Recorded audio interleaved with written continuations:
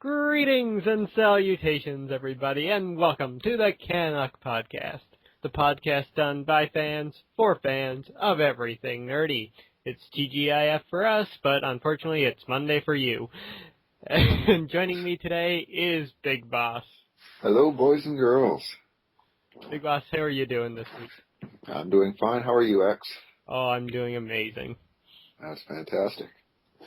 Indeed. And we've got quite the big show for everybody today. That we do.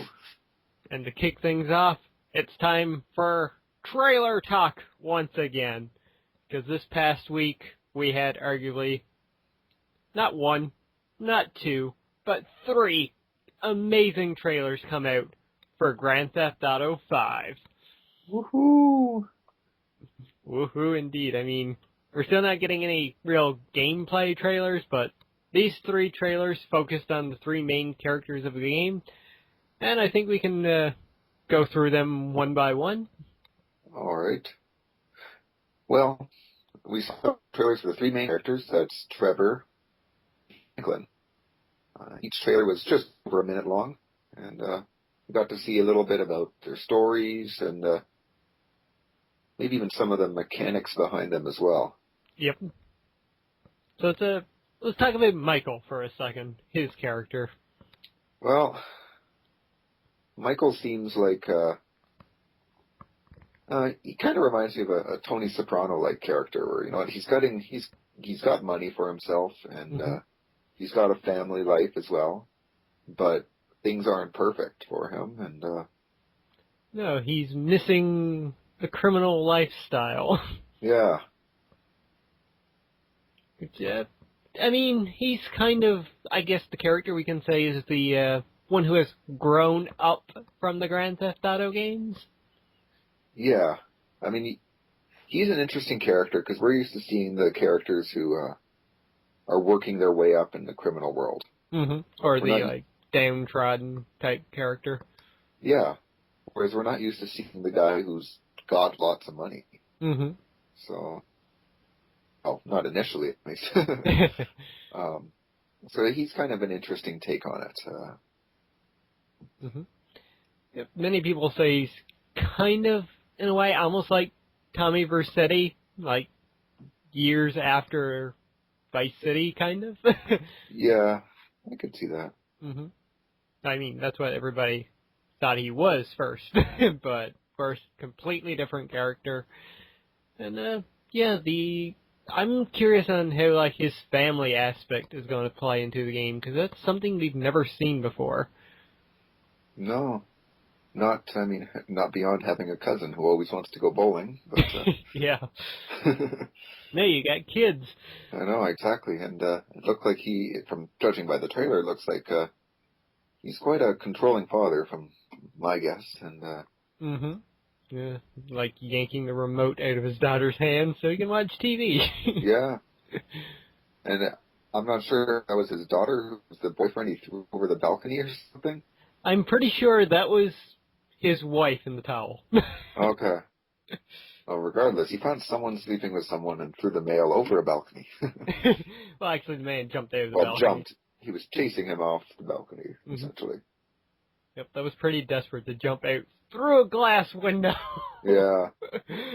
Well, I mean, you're in the house of a former criminal boss, I'm assuming, and you're going to want to get the hell out of there. Yeah, I would go for the window too, admittedly. Yep.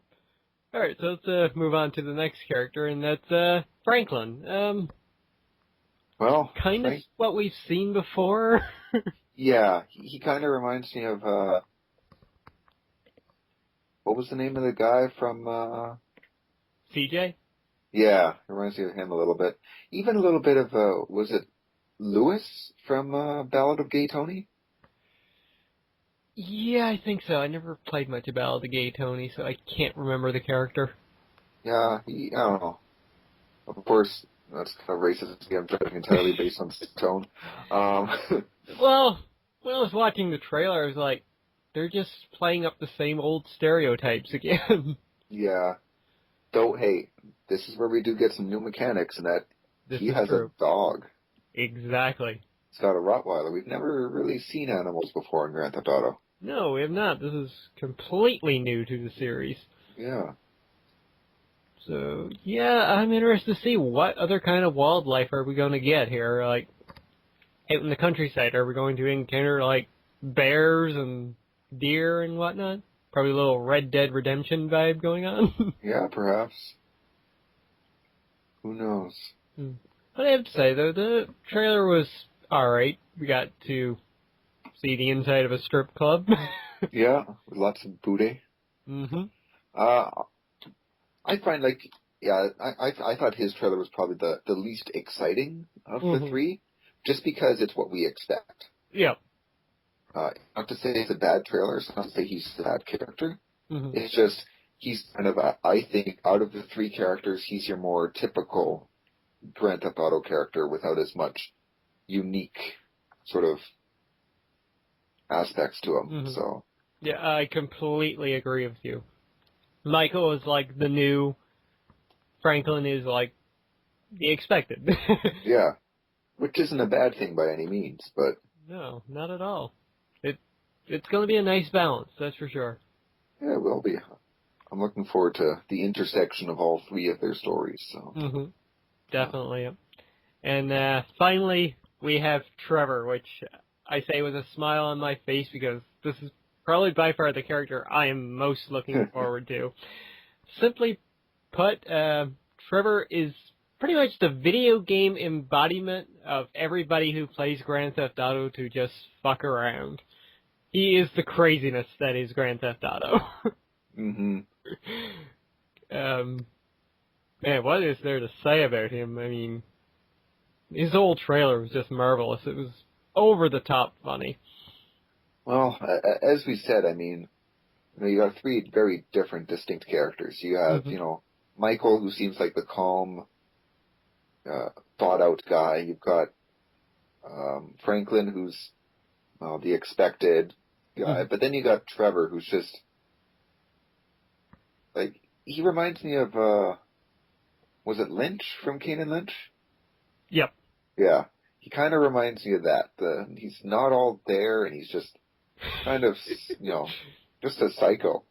Which, that'll definitely add something to the mix there when you have the characters interacting with one another. Mm-hmm.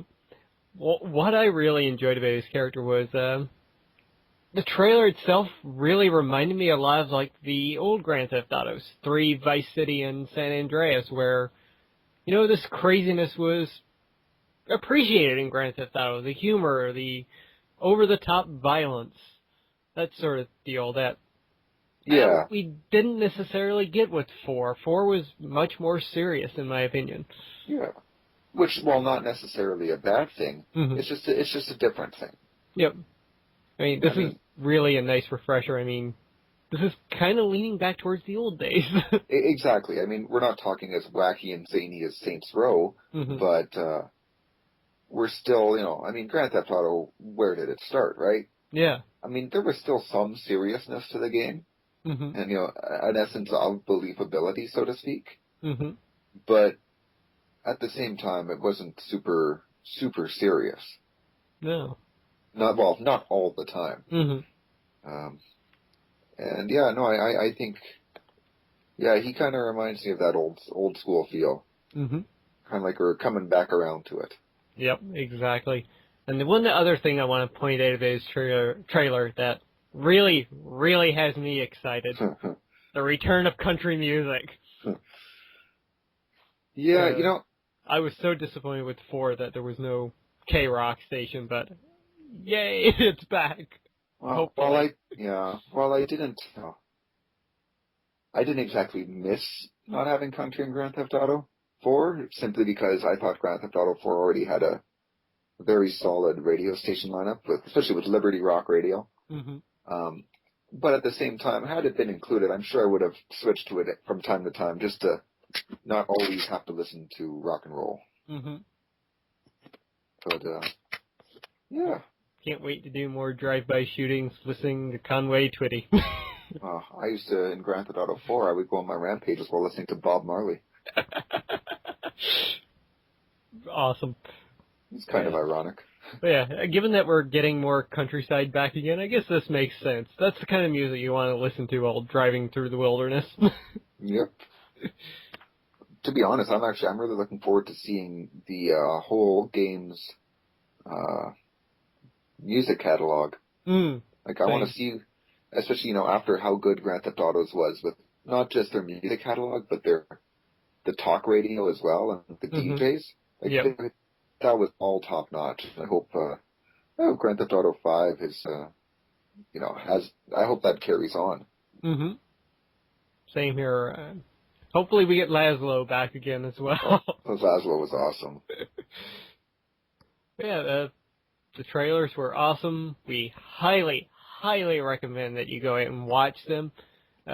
We'll have a video link there that links you to all three in one, so please go and check that out. Because if you weren't excited for GTA 5 before, you will be after watching these. Yeah, as mentioned before, they're only over a minute long, so it doesn't take that long to watch all three, so no excuses. Exactly. Alright, so that's going to do it for Trailer Talk this week.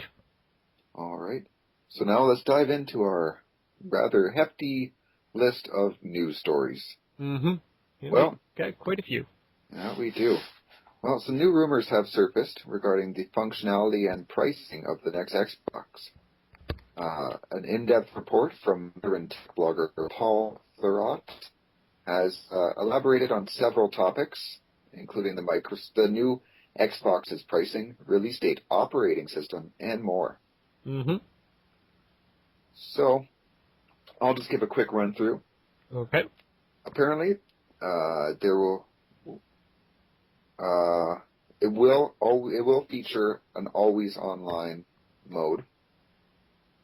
The pricing has been revealed that there will be two pricing models, a standalone version for $499 and a $299 that requires a 2-year Xbox Live Gold commitment at an expected price of $10 per month. And apparently the system will also launch in November 2013, just like the PS4. In terms of backwards compatibility, he once again noted that he believes Microsoft will deliver a third-generation Xbox 360 console this year that will be significantly expensive than the current models. It's not whether this device is required because the next Xbox isn't backward compatible or because Microsoft simply wants a low-cost entertainment alternative. So we don't know for sure whether backwards compatibility is here. As well, there are rumors that Windows 8 will be the main operating system of the new Xbox. And it will include the Blu-ray optical drive. And we still haven't heard too much of the new name for what the Xbox will be, whether it's the Xbox 720 or Durango. However, we will get more information on this Microsoft's announcement on May 21st. Interesting details, to say the very least. Yeah. The Polygon article really, makes it sound a bit better, I guess, than what IGN first posted up, but I'm still not sure what Microsoft is thinking. Yeah, I don't know. I look at that and I mean the Polygon article that I read, that one casts a little bit more of an optimistic look on things, but after hearing this one, I mean, the only thing that really has me saying good for you, Microsoft, is the inclusion of the Blu-ray player. Admitting defeat.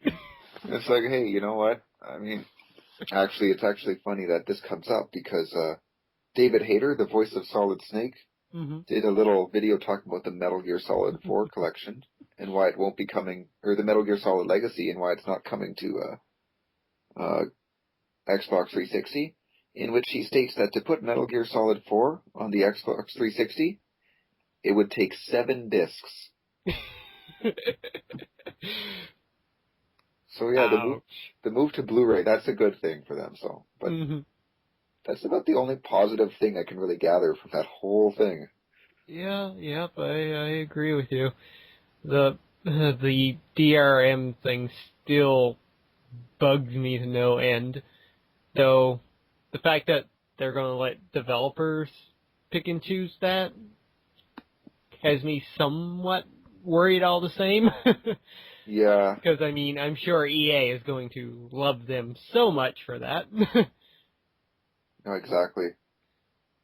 But, yeah, until we finally get details on the 21st, I'm still really concerned because I think there was another article came up recently too with Peter Molyneux, the creator of Fable and Curiosity and whatnot, Black and White. He came out and talked about the next generation Xbox as well, and even he's concerned about it, mentioning things like if Microsoft's more concerned about the entertainment aspect of it, they're going down the wrong path. Even he was like, they have to focus on the gamers. Yeah, I don't think it's that hard an aspect to focus on it. Why do people buy an Xbox? To play the games. Exactly. It's for entertainment. You'll buy an entertainment box. hmm One of those DVD players that has all the fancy, or a Blu-ray player with like internet, so you can watch your Netflix on there and all that stuff. Yep. There's plenty of great entertainment units out there. That's these are gaming consoles. hmm And that's the thing that Sony still has going for them. They Hmm. came out back in February and were like, we're focused on the games. The player playing, not watching Netflix. Agreed. I mean, yeah, sure, they're still going to have Netflix on hmm there, but It that's hasn't not been a focus. exactly. That's not a hard thing to include. It's like, okay, pop Netflix on there. All right, now let's focus on the other things. Exactly, yeah. They're like, well, duh, we're going to have this shit, but here's what you should be excited for. Yeah, I mean, Nintendo is doing the right thing. I mean, they're still focusing on the gamer. hmm So I think it's a gimmicky approach, admittedly, but And they haven't been giving any real games, but... no, but they're still trying to cater to the gamer. I mean, hmm so I have to give say, at least Nintendo still has the right goal. hmm Yep, I mean, if Microsoft goes down this route, I'd be buying a Wii U before the 720. Agreed. The moment whatever new Zelda game comes out for the Wii U, hmm I think that would be the one that I would get over an Xbox. hmm Alright, let's keep moving here. Alrighty. Going on with our next story.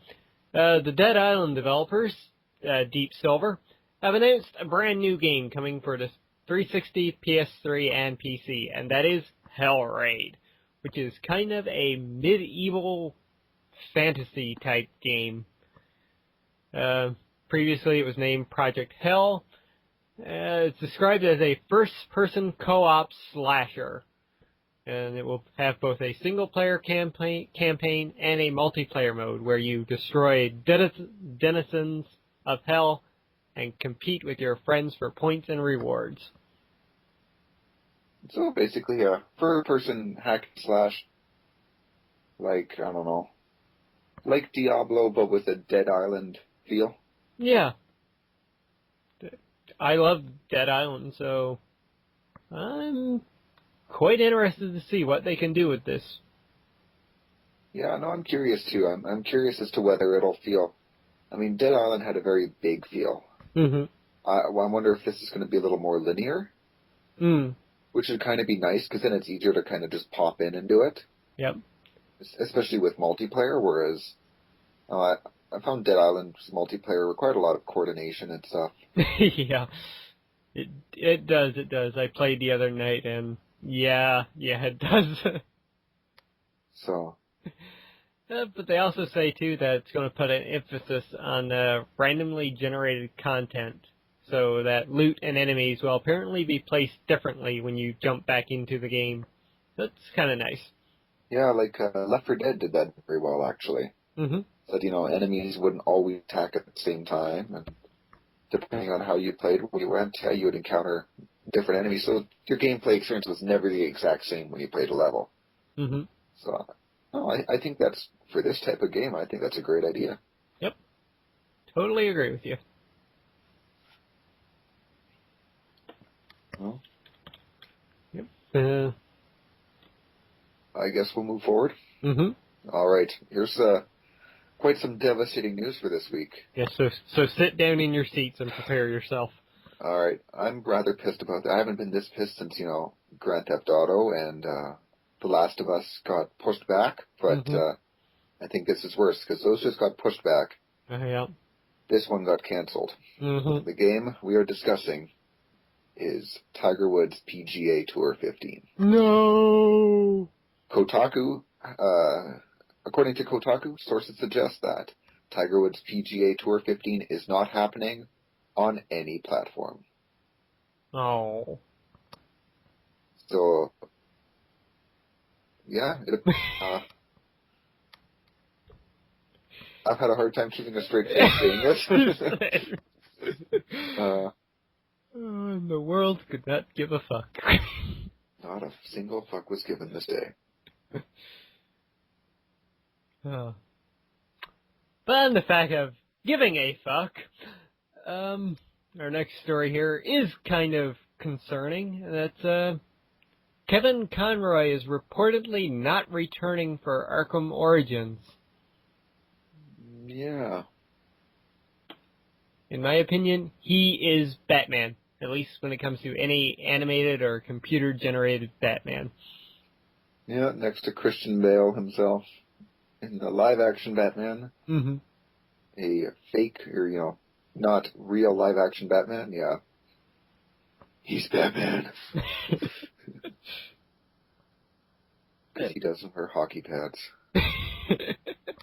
I guess in one way this kind of makes sense since they're going for a younger Batman, but still, at the same time. Yeah. Oh, I guess see who this new person they've got to play the younger Batman is. Mm-hmm. Well, we can hope for somebody good, but this is still yet another thing to be concerned about Arkham Origins. Because still really, really not sure about this game yet. Yeah, Kevin Conroy he did a great Batman voice, but the Batman game, the Arkham games, have always had such great voice acting overall, so, we'll see if whoever this new person is can really hold up to the standard that Kevin Conroy set. I'm not sure if they had Conroy for Injustice or not, so maybe the guy that played him in Injustice will take up the role here. Same thing with Joker. And was Batman Injustice, was his voice done well? Yes it was. Perfect. Well, there's one thing. And speaking of voices... here's something that's quite a fun little tidbit here. Grand Theft Auto has begun holding Rockstar, has begun holding a casting call for Grand Theft Auto 5's fictional religion. We will post a link to this article on Polygon, where you can go to the Grand Theft Auto website, where I can't speak.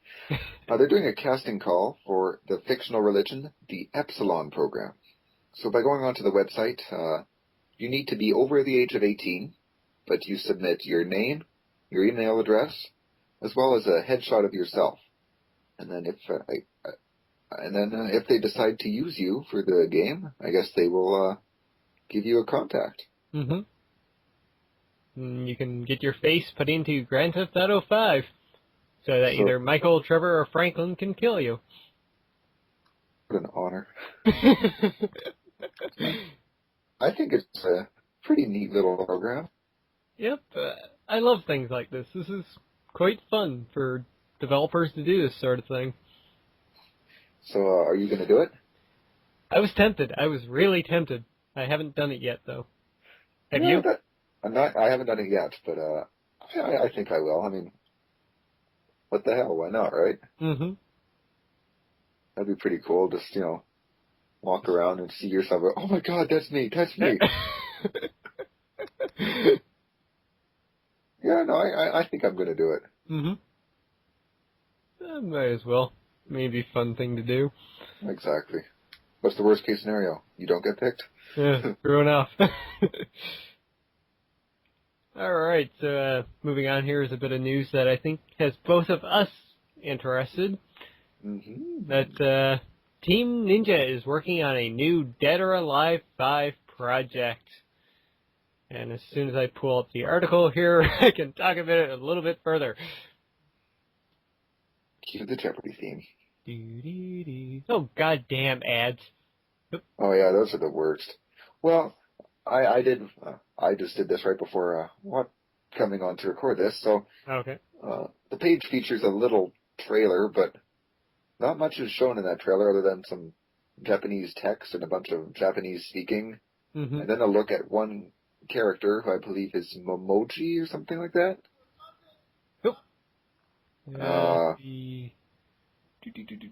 Mojimi. M-O-M-I-J-I. Mojimi? Yep. A character from the Ninja Gaiden series. Okay, well, I don't remember her, but she's shown on screen, and that's about all I really took away from that video because I don't understand Japanese. Oh, okay, it's her. Okay. She was in the second one. Okay. You could play as her. Cool. I find it interesting that it's not a new Dead or Alive project. It's a new Dead or Alive 5 project.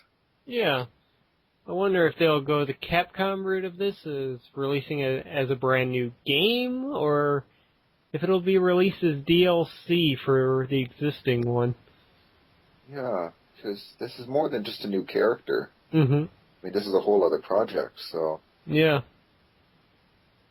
I'm not too sure. At first, when I saw the link for this article, I'm like, ooh, new Dead or Alive 5 project? Are we talking about Dead or Alive Extreme 3 here? Doesn't look like to be the case. No. Nope. Whether that's unfortunate or not, that depends on your perspective, but looks like we're going to get another fighting game. Which is good all the same, because those fighters are amazing. I've always been a big Dead or Alive fan in terms of the gameplay. Just the fact that I feel like some of the smoothest fighters out there. Yeah. Awesome. Well, speaking of something new, something that we've been expecting. Yep. Well, Activision has officially announced Call of Duty Ghosts. It is set for release on November 5th, and it will be coming from the original Call of Duty studio, Infinity Ward, and it will hit the Xbox 360, PlayStation 3, and PC, in addition to being available for next-generation platforms. So it will, Ghosts will be focusing not on a previously explored story, so we're talking new characters, new setting, and new stories. As talked about in the article, since everyone was basically expecting Modern Warfare 4, which would have been the safe bet, they decided to do something new and transition into a new chapter for Call of Duty. Yep. Which is one good thing about this. I'll be honest, I haven't watched the trailer. I haven't done anything yet. But I've always, as far as the Call of Duties went, I've always liked the ones that Infinity Ward put out more than the ones that Treyarch did. Frankly, I hated both I didn't play the second Black Ops game. I hated Black Ops. I thought it was really shitty, frankly. Whereas in my opinion, Call of Duty 4 is a brilliant shooter. The story mode is excellent and fantastic. Now, Modern Warfare 2 and 3, I thought that they did start to slide, but I still found that they were more gripping than anything that Treyarch put out. So I'm curious to see where this goes. I hope it's a good move by going to a new story and a new setting, but we all know their main focus is going to be, once again, on the multiplayer. Yeah. The sad thing about Call of Duty is, if you want to play it for the single player, which is something that admittedly I would like to do. Same. It's, normally I say, hey, I'll just wait for it to go on sale and down in price. But I think Black Ops 2, despite having been out for the better part of nearly a year now, Black Ops 2 is still like $60. $60, maybe on sale for $50 if you're lucky. Modern Warfare 3 is like $40, maybe. Yeah, they rarely go down in price at all. The first Black Ops, you're lucky to even get that for $20. Oh, I know. Call of Duty 4 is $20, but that's it. Modern Warfare 2, I think, is still $30. But it's so yeah. You don't get to look forward to price drops for Call of Duty. Nope, not at all. The one thing I find really funny about this, though, is the title, Ghost. Yeah. Activision finally admitting that they're beating the franchise to death. I see what you did there. I see what you did there. Moving forwards, some Marvel news came out this past week. More importantly, news on the Avengers 2. And that's, Scarlet Witch and Quicksilver has been confirmed for the movie, as of now. All right. Josh Whedon came out and said, or I think it was Kevin Feige who confirmed it anyway, that the two characters are in the script at the moment, but given rewrites and everything, they might be gone from it, depending on how things go. Well, that builds off of what we discussed last week. So yeah, they're confirmed in there. It'll be interesting to see how exactly they do the characters, given the fact that they can't do say anything about mutants or the X-Men or Magneto. Who is their father? Yeah. Well, yeah, it's kind of interesting, to say the least. Well, moving forward, The Legend of Zelda, A Link to the Past sequel, will see the return of Light and Dark Hyrule. Woohoo! I'm excited about this. I'm absolutely thrilled that they're doing this game, so the fact that we're getting the Light and Dark world back again just makes me even more excited. I can't weigh in too much, as my Zelda experience is extremely limited, so I plan to remedy that soon enough. But yeah. I don't have too much to say. Fair enough. I guess we can keep moving onwards here. Kelsey Grammer, who is an absolutely fantastic actor, has been cast as a villain in Transformers 4.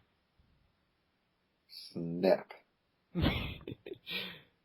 This is one good upside, I guess, for Transformers 4. They've got a really great actor for the role. Yeah. The fact that he's playing a human, though, is kind of nerve-wracking. I would have liked to see him voicing a Decepticon, but can you imagine a Kelsey Grammer Decepticon? That would be pretty badass, admittedly. Especially with that voice. Yep. That voice. Well, I wish I could pull the Frasier quote right now, but I can't. Nothing comes to mind. My knowledge of Frasier is pretty limited, so I couldn't do one either. Well, considering that's kind of an upside for Transformers 4, let's talk about a real upside for another movie franchise. Oh, yes. And that is is indeed. That is that Ghost Rider is blazing its way back to Marvel. Woohoo! Another hero comes home. Yeah, so Marvel Studios have acquired the rights to the Ghost Rider franchise, so that opens the door for some movie ideas and hopefully some better movies. Yeah. I mean, this is so good that they're getting... first Daredevil we announced last week, and now Ghost Rider's coming back. Oh, the potential is there now, for something so amazing. Yeah. While the Nicolas Cage, Ghost Rider movies weren't horrible. Mm-hmm. I wouldn't call them good either. No. They were enjoyable in their own way. Yeah. I mean, they're not like the Daredevil movie, No. which was just an abomination. But still, I feel like Ghost Rider was in much, much, much better hands being, back at home with Marvel. Mm-hmm. I mean, Kevin Feige has, said there's no plans right now for anything Ghost Rider or Daredevil related, but in any regards, they're back into the fold, so maybe we can get some kind of, Easter egg or something in one of the future Marvel movies now for these characters. Well, exactly. At the very least, we can now, see maybe mention of them or Mm-hmm. just a little bit of on-screen time for a brief scene, which would be neat, but... Mm-hmm. Or they could do something that they've talked about before doing, but they still haven't done yet, and that's little short films at the beginning of their main Marvel movies. Kind of like how Pixar has those little tiny short films at the beginning of theirs. Yeah. Daredevil or Ghost Rider would be perfect for something like that, to just introduce them to audiences. Yeah. Get a better taste of, both heroes and what their big screen films were able to really do. Mm-hmm. Actually do them some justice and hopefully win over some audiences, because I'm pretty sure that Daredevil movie didn't really make Daredevil any new fans. No. I actually started thinking about Daredevil there today and thought, a TV series would work really well for that character. Oh, I think Daredevil would be a perfect character for a TV series. Just like, the same way that Green Arrow was just perfect for TV, Mm-hmm. Daredevil feels the same way for me. Yep, because you can get that whole crime drama aspect to it, and Exactly. they could easily set that into the Marvel movie universe like they're doing with the S.H.I.E.L.D. TV series. Yeah, exactly. You got the crime aspect, but with Daredevil, you also have, Matt Murdock as a lawyer. Mm-hmm. So there's something else for him, too, so. Yep. Yeah. All right, let's keep moving here. Mark your calendars. Book June 10th off, because that day, if you're not in LA, you're going to be sat down on your ass in front of your computer for the entire fucking day. Why? Because on June 10th, every single big press conference is going to be on that day. Microsoft in the morning, followed by EA and Ubisoft in the evening, and come the evening, or afternoon, sorry for the last two, and come the evening, Sony's PlayStation E3 press conference will be done at 6 p.m. Pacific time. But not Nintendo's. No. Where they would normally be the next morning, they've decided to just say fuck it this year. Well, for our thoughts on that, check out last week's podcast. Yeah.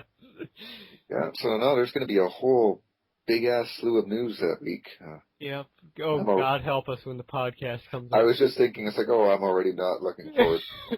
Well, I'm either not looking forward to that, or I'm really looking forward to that, depending on how you ask. We may have to hook Jester back for that one. We might have to kicking and screaming just to help us. We might have to do 3 different podcasts. We just might, yeah. The 3-in-1. Triple threat. Yeah, so not too much to say about that. Not now, anyway, but heads up for next month, though. Yeah, look forward to, the CanUK podcast, 3-hour special. Oh, man. We could do it, too. That's the sad thing. Well, speaking of, you can mark your calendars for that, and you can mark your calendars because on June 25th, Borderlands 2 is releasing some new DLC, Tiny Tina's Assault on Dragon Keep. Yay! It'll be retailing for $9.99 or 800 Microsoft points, and will come free to those who have the game's Season Pass. The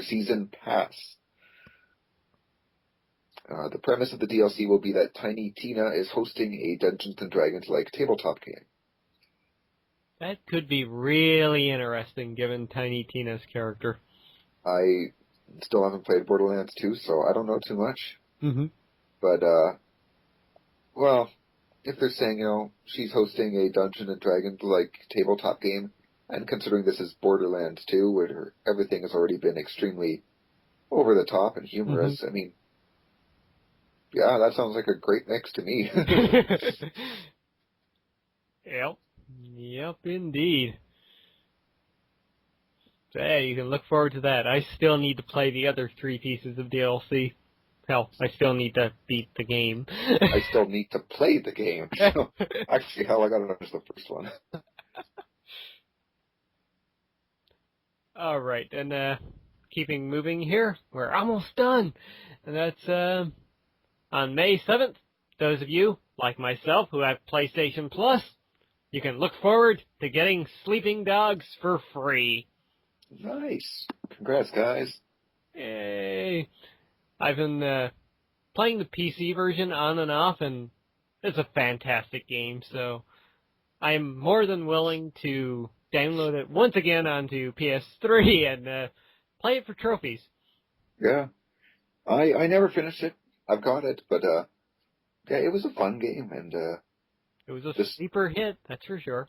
It really was. I feel like it didn't get the, well, it got the, critical acclaim it deserved, but, not as much of a reception from fans that it should have got. Yeah, it really should have sold more, but kind of got put out in the doghouse. Yeah. But no, it's definitely a great game, worth checking out. The gameplay was very well done for it. And, yeah. Story mode was actually, the story was really good too. Mm-hmm. With good voice acting and everything. Yep. Plus, I personally like the radio stations as well. Mm-hmm. Helped me discover some great new heavy metal.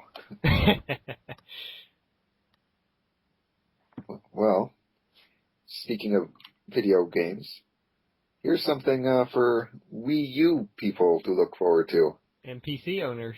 And PC owners. But PC owners, you already have so many games.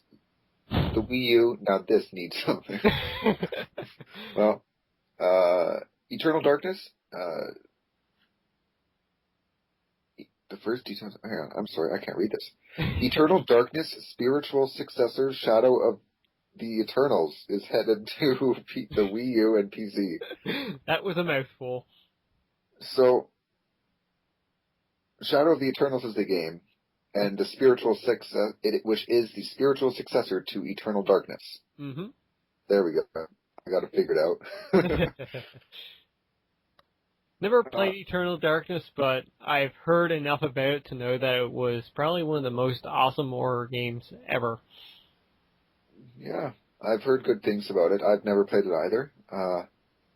Apparently, though, it needs some crowdfunding. Mm-hmm.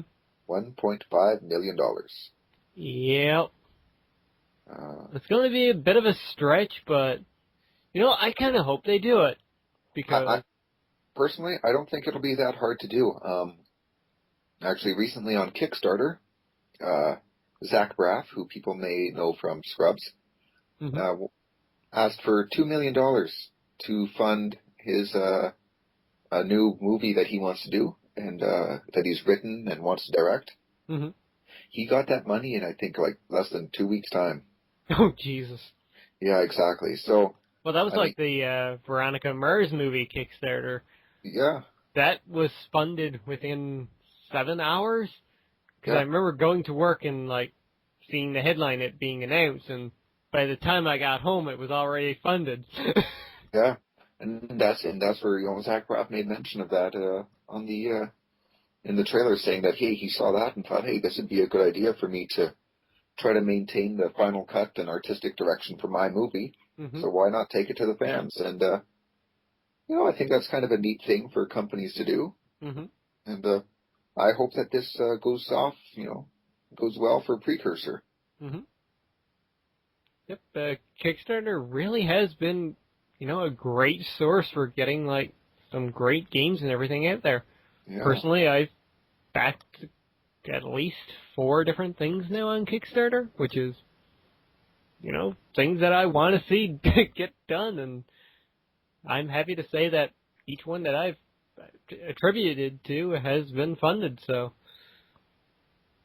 Most recent being Greg Pax and Jonathan Coulter, their Code Monkey Save World project. Go check it out today. Zeb? What was that? Any relation to Zeb Coulter? No. Yeah, no. Well, you've heard the song Code Monkey, haven't you? Yeah. Yeah, well, it's the guy who wrote that. Okay. Greg Pak is actually doing a comic book series on his songs. Well, that's interesting. Mm-hmm. Huh. And after seeing the wonderful work that Greg Pak did on The Punisher, yeah, I had to get in on this. No. I think Kickstarter is a great, medium for anybody who has some sort of vision to get that going. So. Mm-hmm. I'm not sure where Precursor is hosting this crowdfunding, whether it's done on Kickstarter or through some other website, but... maybe on Indiegogo. That's another one. Yeah. But regardless, if, that sounds like something that interests you, check it out and give it some funding. Indeed. I'm sure if you pledge a certain amount, or probably even a low certain amount, like $15 or $20, you'll even get a free copy of the game. Yeah. Cheaper than what it would normally be. Exactly. That's the other thing that's cool about those programs is the little pledge rewards they give. Mm-hmm. So, no reason not to if it's something that interests you. Indeed. So look forward to wherever Eternal Darkness, spiritual successor, Shadow of the Eternal pops up. Yeah, I had to give it a shot. It is tough, isn't it? It is indeed. Well, with that being said, let's move on to our been playing, been watching, and been reading section. And we've got a decent little amount to go over here this week. Yeah. I'll start off first with one of my games that I've been playing. Not a whole lot yet, but I'm going to justify that tonight. That's Far Cry 3 Blood Dragon. We've talked about this on the podcast before, when it was first announced and whatnot. That we did. And I can say now without a shadow of a doubt, this game is probably one of the most insane, crazy, doesn't make sense at all, but is so fucking awesome. As the IGN review put it, I think it was IGN or it was Polygon, one or the other. This game should not exist, but be glad it does. That was IGN that did it. I read that review. Yeah. Yeah, I've just been having a blast with the game so far. Even the tutorial was funny in this. I mean, you start up the game and you get, you're a cyborg, so you have these little messages popping up telling him, stuff to do. Look around. Use the left stick. Look around by looking around. And of course, in between every, little tutorial message, he's, cursing and swearing at, I hate tutorials and whatnot. One of the best ones was walking. Walking is moving your body forwards, kind of like running, but at a slower pace. And every so often, in between each actual tutorial, you had a little message pop up saying, these tutorials are brought to you by such and such. Or you don't like tutorials? Keep pressing the X button. But yeah, it's just been a blast so far. Neon everywhere. Highly recommend it. It's $15. You don't even need Far Cry 3 to play it, so... Yeah, standalone DLC. Yep. So, folks, if you love the 80s, and the soundtrack, too, is amazing, by the way. The first gameplay that you experience is, you're in a helicopter using one of those helicopter turret guns, and the music playing is James Brown. I was hoping you would say Highway to the Danger Zone. Nothing says the 80s, like Kenny Loggins. That is true. Well, I've been playing something not quite as outrageous or comedic, but very awesome. Mm-hmm. A few weeks ago, the PlayStation Network had a sale on The Walking Dead, the good Walking Dead, not Survival Instinct. So I, having not bought it, I decided to pick it up, Mm-hmm. and boy, am I glad I did. Well, I'm glad to hear that. Yeah, no, it's a great story, and the gameplay's fun too, but it's just that story is just so hooking. Mm-hmm. And I'm currently, I just started episode 3, and yeah, I must say Telltale Games did a fantastic job. I can't wait to see, to see what's coming. Mm-hmm. Oh, prepare yourself. And I just, I've played some video games where you have to make some tough decisions, but I don't know. I want to say that this has some of the hardest decisions you'll make. Mm-hmm. Like Mass Effect had some tough decisions, but this is up there with it for sure. Mm-hmm. And you only got that limited time to make them too, which makes it even more stressful. Yeah, that's the worst part. And there's some great twists along the way with the story, and some rather disturbing twists too. And it's yeah, because you just finished chapter 2, right? Yes. Yeah. Yeah, I knew, that was disturbing. Put it this way, I knew something was up, but I never imagined that was what was up. To keep this spoiler free, but yeah, for anybody who's been on the fence about this game, definitely get it. To not get this game is missing out on something just fantastic. Mm-hmm. I'm like I said, I'm about halfway through the whole thing, and I can already see why this won Game of the Year. Mm-hmm. Yeah. Yep, and I can tell you it only gets better. Awesome. Mm-hmm. The other game that I've been playing this week is I had quite a few hours to kill yesterday while I was standing in line for something we'll talk about in the next little part, but I've been playing a lot of Fire Emblem Awakening, and absolutely loving the game. Beautiful mechanics, story has been great so far, and the animation and everything on the 3DS looks fantastic. And it's actually been one of those games where I've actually been playing in 3D more so than 2D because it looks so good. Well, and I know you're not keen on 3D. Yeah, I mean, if you own a 3DS, you really owe it to yourself to go and buy this game. It's beautiful.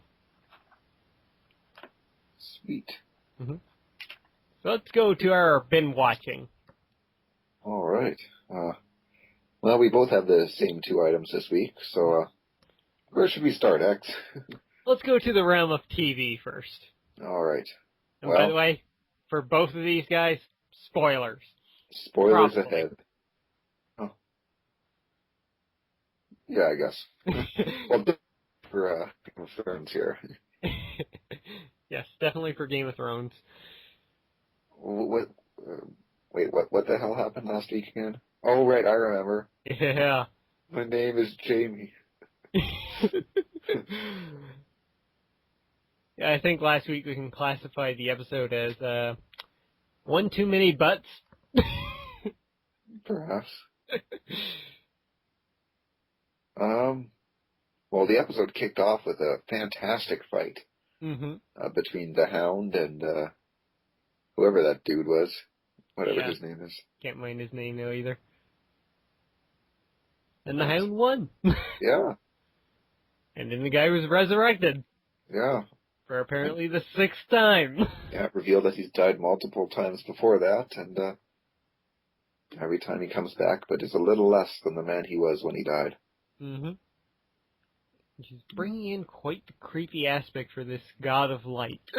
It's interesting. I mean, the first season of Game of Thrones, where there was little supernatural aspect involved. I mean, you had direwolves, you had dragon eggs, which basically just were rocks for the most of the season. Yep. And dragon skulls, which frankly could have been dinosaur skulls just in that universe. Mm-hmm. And then at the end of the series, we get the spells and the dragons that hatch. And now, birthing shadow babies. Well, that was second season. Okay, Yeah, we've been watching the show progressively get more and more mystical as we go along, and now reviving people from the dead, that's pretty mystical. Yeah. Oh, and poor Arya, too. Of what she, questioned about it. Yeah. It makes you remember that she's still a kid and she just misses her daddy. Yeah, exactly. And she had some really, really, I guess, cute and gut-wrenching moments all at the same time in that episode. Yeah. You know what? I've said it before. Arya's the character that most interests me, and Mm-hmm. part of that is because the actress who plays her is a brilliant actress. Mm-hmm. And, for someone so young, she captures so much emotion. Yep. So, yeah. What else did we get in that episode? We got a bit more with Jon Snow. Yeah. He finally, he forsaked, is that the word? Yeah, I guess. Yeah, it works. Okay. He chose to forsake his vows as a night watchman, and in the process, freaky. he boned Ygritte in a cave where it's somehow not cold at all. Yeah. Good for him. Why don't they all just move into that cave? I mean, rather than trying to exist on this snowy wasteland of the north, why not just live in that cave? Mm-hmm. Yeah, it's a little progress for Jon. Yep, definitely. We also saw Jaime have his little breakdown with Brienne of Tarth. Yep. Oh, that was an amazing scene. Yeah, we're really starting to see a lot more development for Jaime Lannister's character. Mm-hmm. And that kind of makes you feel for the guy, too. I mean, after hearing the real story of what happened between him and the Mad King, yeah, you kind of feel sorry for the guy at this point now. Well, for having the name of the Kingslayer before, it was always a title to hold against the character, right? Mm-hmm. Whereas now you hear that, and it's like, wow, I think he did the right thing. Yeah. You finally get that insight, why did he kill the Mad King, Mm-hmm. It wasn't as black and white as, it made out to be up until now, so. Mm-hmm. Yeah. Which, since we're all kind of feeling and almost rooting for the character now, he's gonna die soon. The George R.R. Martin lols. Well, we'll just wait to see what episode he writes, and that'll be the one where we say bye to Jaime Lannister. We saw a little more of Daenerys and her army. Yep. I was kind of surprised we got to see a bit more of her in that episode, really. I thought for sure we were going to kind of get a bit of a break from her at that point. Well, it was a really small part, really. Yeah, true. But I think the big thing that happened last episode was what happened at the end of the episode. Oh, yes. Where Tywin is becoming quite he's looking after his own business as a Lannister. Yep. And for whatever reason, did not want to let Sansa Stark go. Mm-hmm. And decided to be a little bit of a pain in the ass to his son Tyrion, who he's not too fond of. No, not at all. So he wants to force Tyrion to marry Sansa Stark. The reactions there were amazing. His reaction, and then just how smug Cersei was the whole time. Oh, yeah. And then how he turned it right on her, and then she is now to marry Loras Tyrell. Yep, another loveless marriage. Yeah, and now she's pissed. Yep. And you see the way that they look at each other at the end of the episode, Mm-hmm. which suggests that I think they're going to do something. Probably, yeah. It's like, well, Daddy's gone a little too far at this point. I mean, yeah. But on the hindsight, this does mean Sansa wouldn't be going with Littlefinger. No, not going with Littlefinger, but she won't be marrying the Knight of Flowers either, Mm-hmm. who would have been a good match for her, I think. Yep. Even though it would kind of be loveless, but at the same time, she wouldn't have to worry about anything. No, doesn't seem like a bad dude. Mm-hmm. So, all she'd have to deal with probably is, a little infidelity, because he's too busy, boning with dudes. Well, I think Yeah, we can move on to our next bin-watching segment, in which both X and myself, though X here saw it considerably earlier than I did, we went and saw Iron Man 3. Mm-hmm. And wow. Just wow. That movie was so good. Yeah, I enjoyed it. I actually went and saw it this afternoon, so... Mm-hmm. I went and saw the quote-unquote midnight showing last night, even though my theater showed it at 9:30 p.m. Yeah, that's when our theaters were showing the midnight one, too. Nice. I just can't go to midnight movies because I already fall asleep in movie theaters when I go to see them in the middle of the day. Combining that with the fact that I'm usually awake at 7 in the morning, Mm-hmm. going to see a midnight show is not a good idea for me. But, yeah, I mean, way better than the second movie, that's for sure. Way better than the second. I personally still preferred the first. Mm-hmm. Though I could see where some people would say that this could be the best of the franchise. Yep. Yeah, I could. I think I would have to agree with that, really. I was kind of disappointed in one aspect that was kind of teased, but turned out to be completely different. And which aspect of The Mandarin. that? Yeah, that's my biggest gripe. But at the same time, like, at first when it was, like, revealed, I was like, oh, I'm not sure how I like this. But then as it was explained, I was like, this makes sense. I can't really be angry at it. Yeah. Yeah, it's true. Mm-hmm.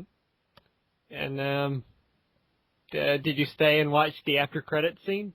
Oh, of course. I mean, it's Marvel. I can't just... I mean, a lot of people just upped and left, and I'm just like... Really? Yeah. Here's I mean... the thing, last night when I went to see the 9:30 showing, Yeah. when the credits started going up, nobody moved. The entire theater, nobody got up. Wow. Yeah. See, the credits went, and then that was fine. But then but that's because they were still showing, kind of some action scenes in the credits. Mm-hmm. But after that, when the lights came on, at least half the theater all stood up. Oh, wow. Yeah, nobody moved in hours. And that's when this is Marvel. By now you should just know that there's an after credit scene. Yep. It's not rocket surgery anymore. So.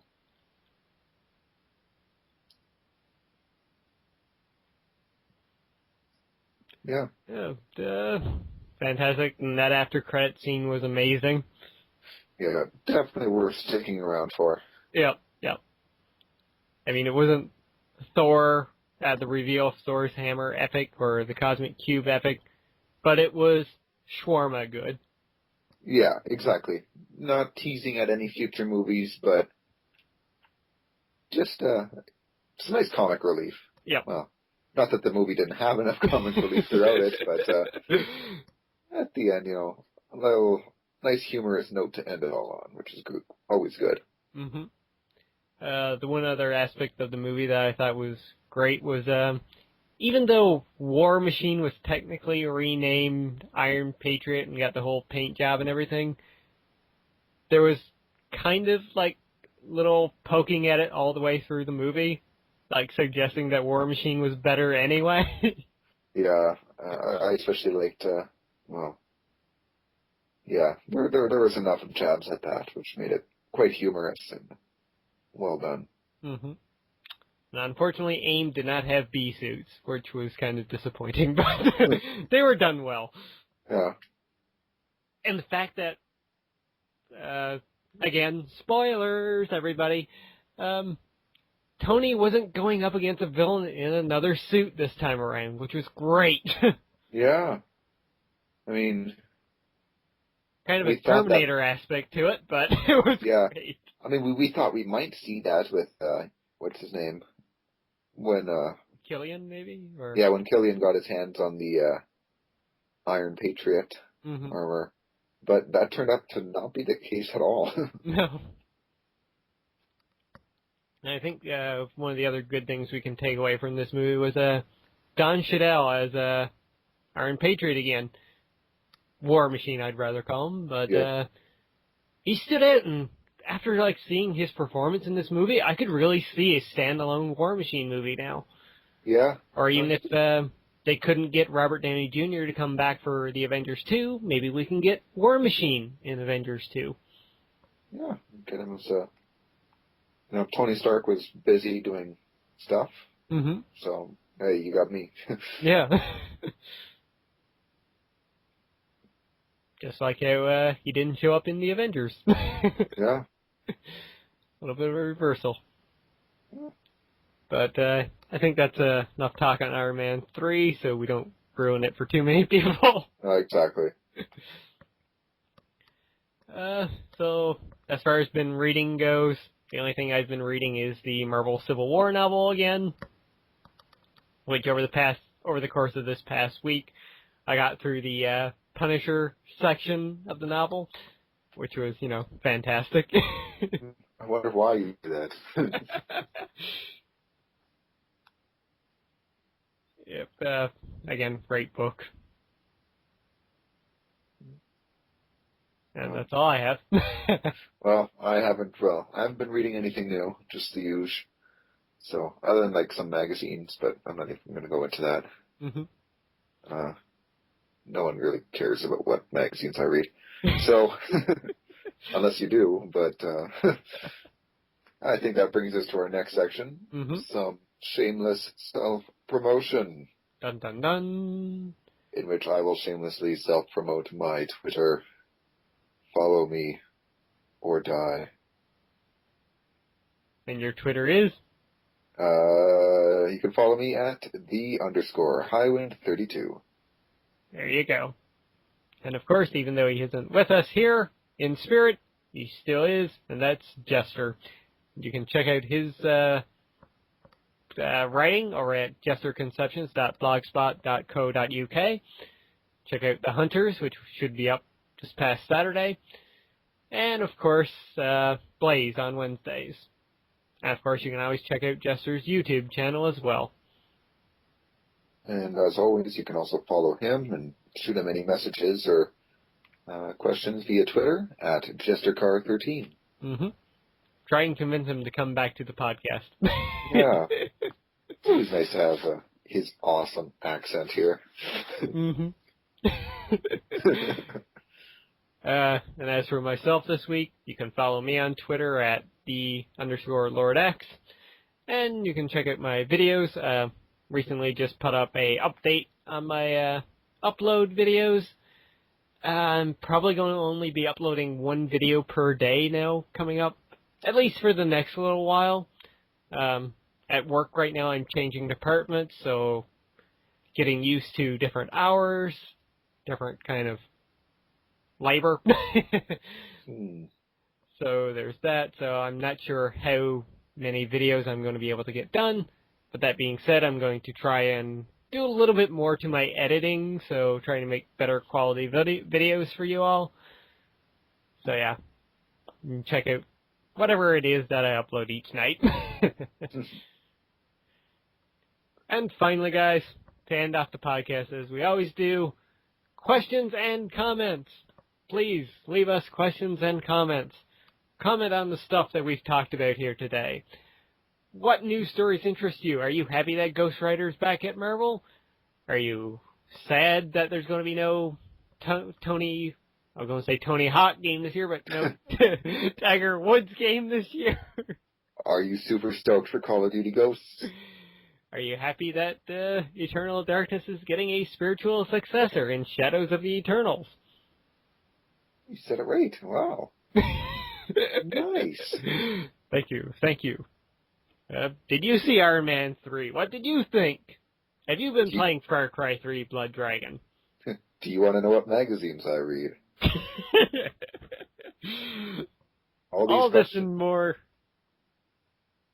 Go on. Oh, I said all these questions can be answered just by leaving a question in the comments below. Exactly. And wait a second. If you leave a question or a comment, doesn't something good happen? Yes, it does. I almost sounded like an infomercial just then. Do you like free games? Do you own Steam? Well, by leaving us a question or a comment, you can win one of 3 different games to download on Steam. And those 3 games are Bastion, Killing Floor plus DLC, or the first Darksiders game. Wow. Yep, all 3 are still up for grabs. Sounds like people have quite a decision to make if they are picked for this. Indeed. Quite the variety to choose from. And like if you already own one of the games, you can send the code to a friend or a family member or somebody you don't like. Yeah. Do a good thing. All you need to do that is to leave a simple question or comment below. Yep.